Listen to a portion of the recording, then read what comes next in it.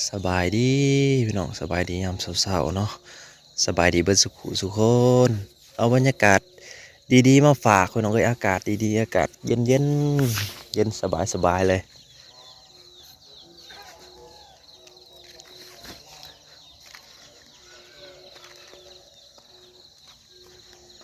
ลุกมาแต่เช้ามาเบิ่งว่าวอย่ามันตกยังบ่ตกพี่น้องยังอยู่มันสุกไผมันพี่น้องเอ้ยปล่อยว่าวพังเสียงสโนว์นิ่งคักอะลีว่าวตอนนี้เฮ็ดใหม่เทิงฝาพุ่นแหละบ่เห็นมันดอกโทรศัพท์เฮามันบ่โฟกัสความสุขของไผมันพี่น้องเอ้ยมักมักบ่คือกัน มักไปได้ก็เห็ดแบบนั้นอยู่ให้อยู่หน้าปล่อยวาวฟังเสียงสโนว์เพราะว่าฤดูหนาวเนาะฟังเสียงสโนว์วาว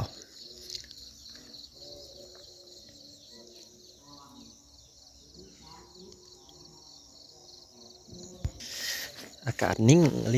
ลมเทว่าใบไผ่จนบุตีงใบไผ่จนบุตีงเลยนิ่งคักอะไรแต่ว่าลมบนยังมียังพอได้ยังพอได้ดึงเงินวาวอยู่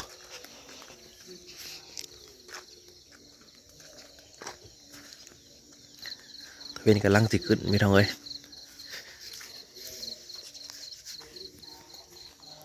เห็นปะเป็นกำลังสิขึ้น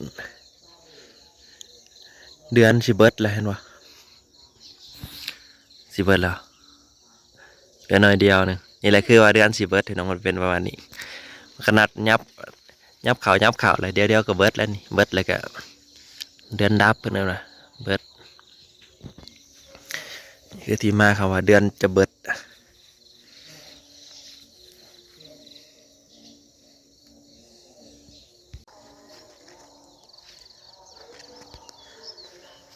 อากาศดีพี่น้องเอ้ยน้ำหมอกลงเนี่ยน้ำหมอกลงแบบเย็นเลยแบบนี้ผู้ได้ปลูกหมกโม่มันก็สิใหญ่ไว้อยู่ได้กันถนนบ่ลมแห้งอันนี้อากาศกลางคืนเลยมันอากาศสงัดน้ำหมอกลงนี่เพราะว่าหมกโม่มันต้องการน้ำหมอกผู้ใหญ่บ้านประกาศแล้วเพราะว่าเฮ็ดเวียกร่วมอยู่บนโรงเรียนนั่นนี่พี่น้องยังมาตกเส้นน้ำผัก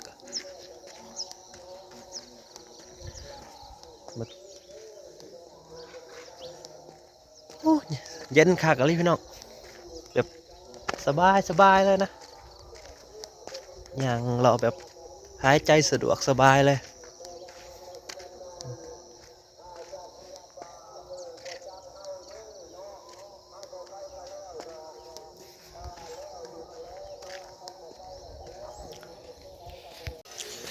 มันก็เริ่มติดแล้วพี่น้องเอ้ยเดี๋ยวสิเอาน้ำลงหดอีกก่อนเท่าดินก็ติดจังได้แหละเบิ่งไปถั่วดินใหญ่ตัวนี้จะมาโห้ยพุยซะก่อนถั่วดินเสียงพยาบาลประกาศสนั่นอยู่บัดนี้ตื่นเช้ามาเวียกงานร่วมพี่น้องเอ้ยอยู่โรงเรียนนั่นแหละเวียกงานร่วมโอ้เครือมันแปลกมันแก้วมันอันนี้ยังงามอยู่นะมันดูดมันได้กินน้ำหมอกเห็นบ่น้ำหมอกงามแถวนี้มีหัวอยู่พี่น้องบ่แต่บ่ขุดให้มันใหญ่กว่าต้นกระโพดนั่นก็เริ่มใหญ่แล้วสลัดก็เริ่มใหญ่แล้วพี่น้องพักสลัดกันนะ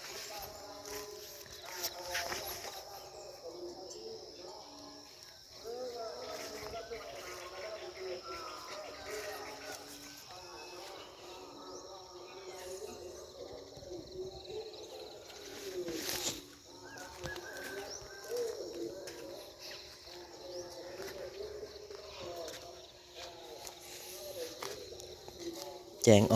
อกแล้วแจงหูแจงตาแล้วบัดเนี่ยอุบักซี่งามไว้เลยไม่รู้นี่ผักซี่งามไว้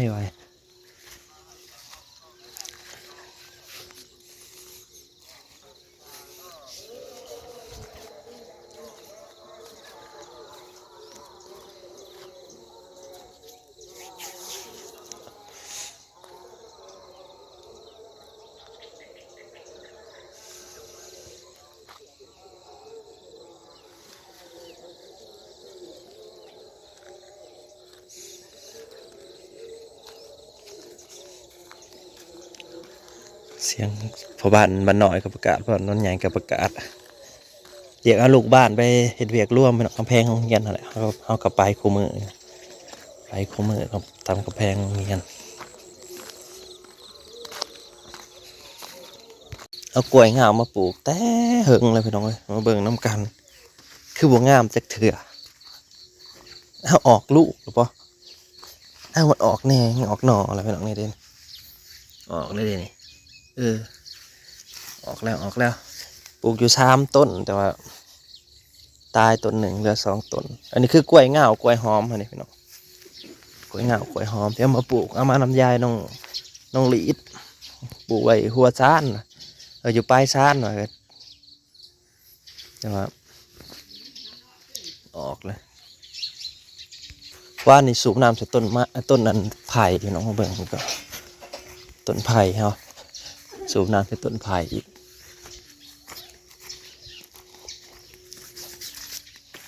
กันมันที่กินน้ำมันดูดกันขนาดนี้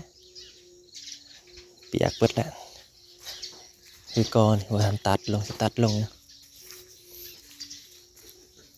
มาให้มันแตก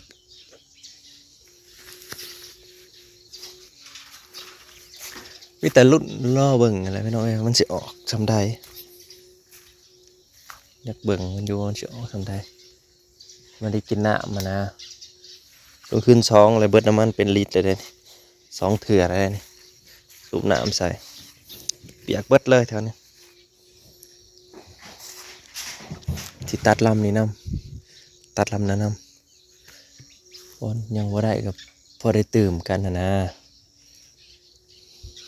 ไก่นี่กับไข่2 โตแล้วมันผักอะไรจังสิเคี่ยวเพื่องเคี่ยวค้อนไม้ให้ไก่ออกซะก่อนเห็นมันนะเคี่ยวค้อนไม้เคี่ยวเพื่องออกเบิด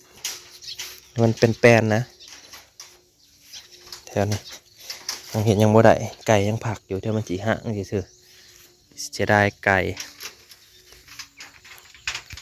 สุดซูเปอร์แมนมาแล้วพี่น้องเอ้ยมันเป็นเลือกเอาเองสุดได้ก็เลือกคนให้กับบัวไซตื่นแล้วผมอยากซูเปอร์แมนแต่ยังน้อยแต่เศร้าเลยย่าโอ้ข้างหลังก็วิวแวบเลยบาทเนี่ย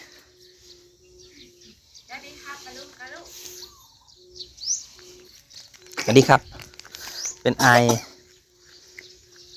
อากาศเย็นแห้งโดออกเป็นยังตาล่ะโดตาเป็นยังนะออกแล้วที่ตาเพื่อนเฮ้ยซูเปอร์แมนมาแล้วแลนด์มึงดูซูเปอร์แมนแลนด์มึงดูแต่ให้เบิ่งยี่โป้ซูเปอร์แมนแลนด์ได้แล้วไม่ใช่เสือรอดแท้เลยให้เลือกให้นะคะเลือกเองให้เลือกให้ทำหน่อยนะพอคนเสือขย้าวให้เบิดเกิดกันก็บ่เอาจากอันเลยนั่นเลือกเองตื่นแต่เช้าให้น้องเลยนอนดึกตื่นแต่เช้าของมือนี่จอบอยู่นั้นนี่จอบพังออกกำลังกายแต่เช้าบ่ลูกออกกำลังกายวิ่งกำลังกาย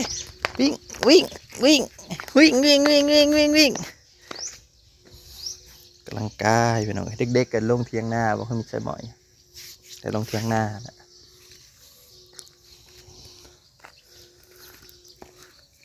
เลาะเดี๋ยวตื่นมากใครในดอกบัวแอบ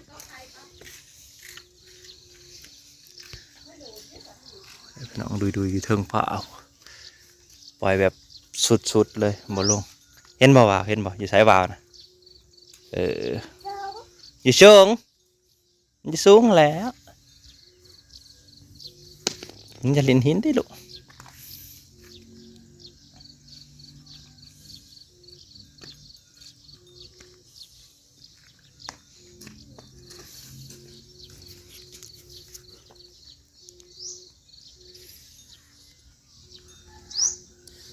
จะปล่อยควายออกมาแล้วก็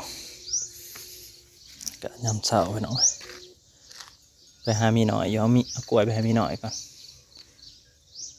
อยู่หรือไปอยู่แล้วจะอยู่ทำไปแต่เสาจะเห็นอยู่เห็นยังลูกคือยืนเฉลยอยู่ซูเปอร์แมนคือยืนเฉลยอยู่เห็นได้เด็ดเนี่ยฮะ ซูเปอร์แมนมาแล้ว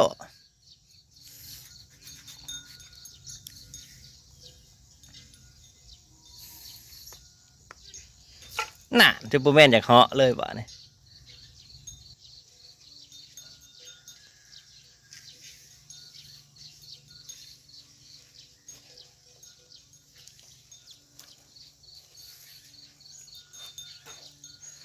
เลาะเล่นตากแดดไปหน่อย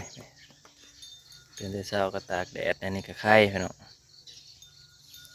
อากาศมันก็ให้ทางค้าอุ่นไปนำเนี่ยเงินก็เล่นมันมองแง่ดอกอ่ะล้างหน้าไอ้ช่างหายแล้วก็เล่นตอนแรกอยู่ก็พอบ่งอแง่ดอกสบายสบายแล้วมันถับตีนนะลูกบ่งอแง่อยู่ก็พอนะนั่นแหละก็ได้เล่นไปอยู่กับแม่เลยงอแง่หน่อยจักหน้อย